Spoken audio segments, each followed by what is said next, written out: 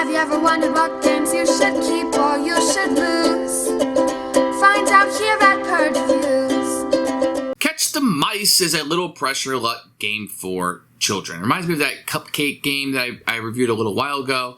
This one happens to have cat and mice in it. In this one, you are rolling the dice and getting color of mice. And you're taking those mice.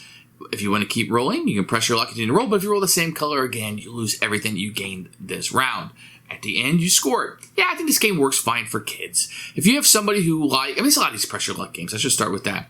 And you can really find one based on the theme that you like. In this case, if your kids like the cat and mouse motif, or cats or mice for that matter, then this will be something that will be attractive to them. It's very colorful. The dice is nice. It plays quick.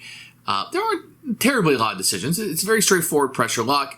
Even Ink and Gold would be something like this that would fit into this. Gold Fever would be one. But there's a lot of these little pressure luck games, especially for kids, because they're very simple to understand.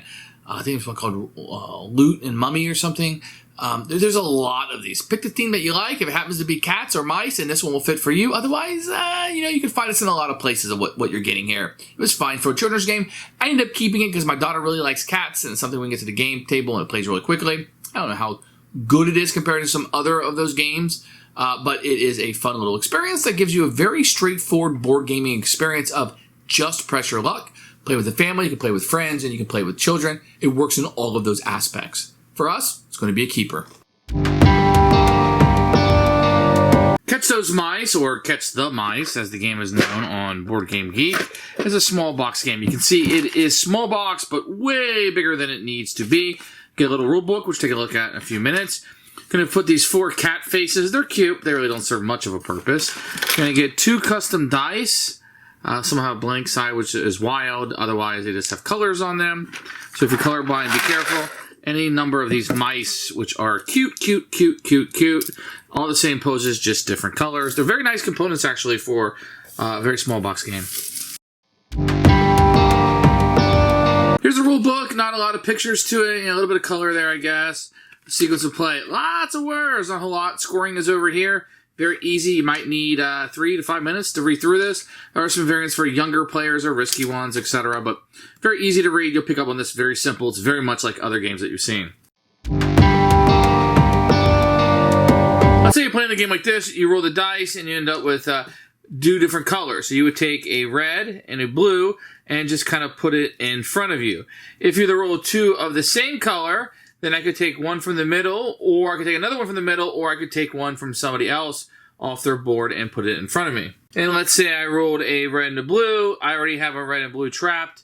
Then I would lose everything for this turn, and it would go back in the center, and the next person would go.